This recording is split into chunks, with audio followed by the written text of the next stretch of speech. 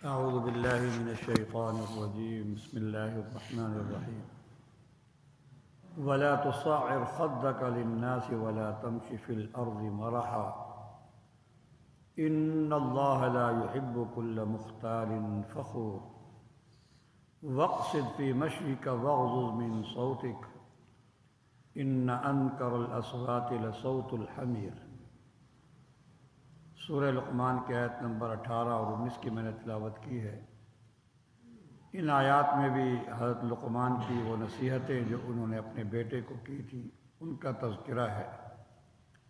فرمایا، اے میرے بیٹے، ولا تصعر خدك للناس، اپنے چہرے کو لوگوں سے مت پھیرنا، تکبر نہ کرنا، بے توجہی اور لاپرواہی سے بات نہ کرنا۔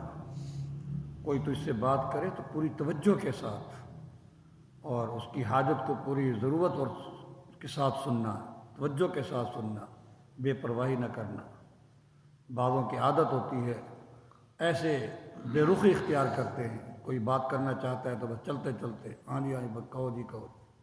یہ بہت غلط بات ہے۔ حدیث میں آتا ہے کہ حضور علیہ الصلوۃ والسلام اذا التفت التفت معا، جب آپ کسی کی طرف متوجہ ہوتے تھے پوری طرح متوجہ، ہاں بھائی پوری طرح متوجہ ہوتے تھے، اس کو یعنی کہ تسلی ہو جاتی تھی کہ واقعی میری بات پوری سنی ہے۔ بعضوں کی عادت ہوتی ہے اگلے کو اطمینان ہی نہیں ہوتا کسی نے میری بات سنی نہیں ہے۔ بہت سارے ڈاکٹر بھی ایسے ہوتے ہیں، بہت سارے بڑے لوگ بھی ایسے، علاقے کے لوگ بھی ایسے ہوتے ہیں، اگلے کو سکون نہیں ہوتا، اطمینان نہیں ہوتا۔ مریض کو اطمینان ہو جائے اور شفا ہو جاتی ہے، اس کو عادت اسی وقت ٹھیک ہو جاتا ہے۔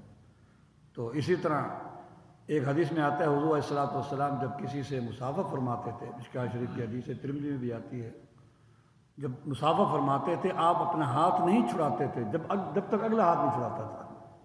آپ یوں ہاتھ پیچھے نہیں کرتے تھے مسافہ کرنے کے بعد، جب تک وہ خود پیچھے نہیں کرتا تھا ہاتھ، آپ اپنا ہاتھ پیچھے نہیں کرتے تھے۔ اور اسی طرح جب کسی سے ملاقات کرتے تھے تو چہرہ اس کے طرف کر لیتے تھے اور چہرہ نہیں موڑتے تھے جب تک وہ چہرہ نہیں موڑتا تھا، یعنی وہ اپنی بات پوری کر کے، اس سے ہوتا ہے بات پوری کی، اس نے اپنا چہرہ پھیر دیا۔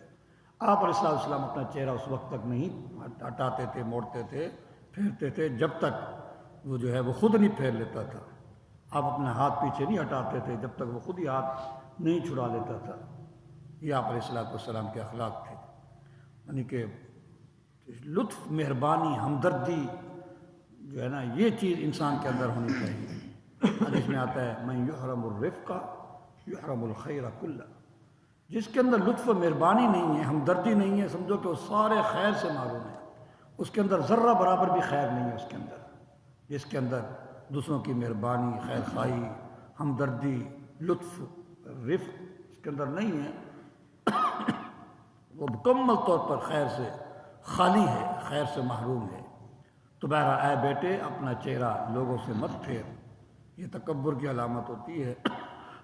لکھا ہے کہ تھوڑا سا علم آ جائے، تھوڑا سا مال آ جائے، کوٹھیاں بنگلے ہو جائیں تو پھر یہ کیفیت بن جاتی ہے کہ پھر وہ لوگوں سے اپنا چہرہ پھیر لیتا ہے، بے توجہی، لاپرواہی پھر اختیار کرتا ہے لوگوں کے سامنے۔ ولا تمشی فی الارض مرحا، اور زمین میں اکڑ مکڑ کر مت چل، تکبر مت کر۔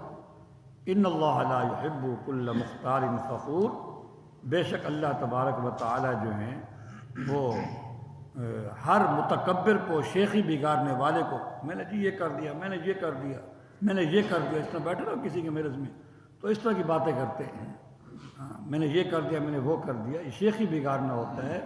اللہ شیخی بگاڑنے والے کو، تکبر کرنے والے کو بالکل اللہ پاک پسند نہیں کرتے۔ دوسری کا فرمایا انک لن تخرق الارض، تو زمین کو تو نہیں پھاڑ سکتا، پھر کیوں اکڑ کر چل رہا ہے؟ ولن تبلغ الجبال طولا، اور اونچائی اور لمبائی میں تو پہاڑوں تک نہیں پہنچ سکتا۔ مطلب یہ ہے کہ تجھ سے بڑی بڑی مخلوق اللہ نے پیدا کر رکھی ہے، تو کون ہوتا ہے؟ تجھ سے بڑی بڑی مخلوق اللہ نے پیدا کر رکھی ہے، تو کون ہوتا ہے؟ کیا پہاڑ سے ٹکر لے لے گا؟ سمندر سے ٹکر لے لے گا؟ تو اللہ نے تو بڑی بڑی مخلوقیں پیدا کر رکھی ہیں۔ تو اونٹ اگر بدک جائے تو اونٹ کو قابو نہ کر سکے، ایک جانور بدک جائے تو اس کو قابو نہ کر سکے، چھوٹے چھوٹے کیڑے مکوڑے، بچھو، سانپ تیرے مقابلے میں آ جائے تو ان کا مقابلہ نہ کر سکے۔ وہ تو بڑا تکبر کرتا ہے کہ میں نے یہ کر دیا، میں نے وہ کر دیا۔ وقصد فی مشی، اور ایک نصیحت یہ فرمائی اپنی چال میں میانہ روی اختیار کر، ایسے بے تکا بھاگتا ہوا نہ جا، اس سے اپنا بھی نقصان کرے گا، کسی اور کا بھی نقصان کرے گا۔ اس طرح ہمارے لوگ گاڑی بگاتے ہیں، ہر چیز میں میانہ روی، چال میں بھی میانہ روی، گاڑی میں بھی میانہ روی، ہر چیز کے اندر میانہ روی ہونی چاہیے، بات میں بھی میانہ روی، بالکل اس طرح نہ بولے کہ بس گھنٹے میں 2 جملے بولتا ہے، یہ اگلے کا بھی ٹائم ضائع ہوتا ہے، اور اتنا تیزی سے بھی نہ بولے گا اگلے سمجھ بھی جائے کیا کہہ گیا یہ۔ تو درمیان ہر چیز میں میانہ روی اختیار کر، چال ڈھال میں بھی میانہ روی اختیار کر، ورنہ اپنا بھی نقصان کرے گا، کسی اور کا بھی نقصان کرے گا۔ ہاں، اور یہ ویسے بھی سنجیدگی کے خلاف ہے۔ کبھی بہت یعنی جو ہے وہ ایستا چل رہا ہے، جیسے متکبر چلتے ہیں، متکبر جو ہوتے ہیں بڑا ایستا 2 ہاتھوں پکڑ کر چلیں گے، تکبر کی نشانی ہے۔ ہاں، بیماری ہو، عذر ہو، وہ ایک الگ بات ہے، لیکن عام حالات میں یہ ہے درمیانی چال چلنی چاہیے، نہ بالکل ایسے چیونٹی کی چال ہو کہ جس سے تکبر کا اندیشہ ہو، تکبر ٹپکے، اور نہ ایسے دوڑتا پاگلوں کی طرح دوڑتا پھرے۔ یہ دونوں غلط ہیں، سنجیدگی کے خلاف ہیں۔ وقصد فی مشی، درمیانی چال چلنی چاہیے۔ واغضض من صوتک، اپنی آواز کو پست رکھ، آواز اتنی دے جتنے جہاں تک تمہیں بات پہنچانی ہے، جس کو بات پہنچانی۔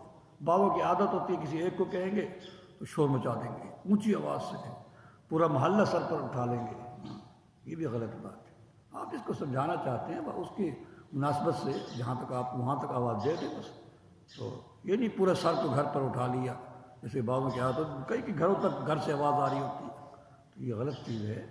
واغضض من صوتک، اپنی آواز کو پست رکھو۔ ان انکر الاصوات لصوت الحمیر، سب سے بری ترین آواز وہ گدھوں کی آواز ہے، وہ اونچے اونچے بولتے ہیں، اونچے اونچے چیختے چلاتے ہیں۔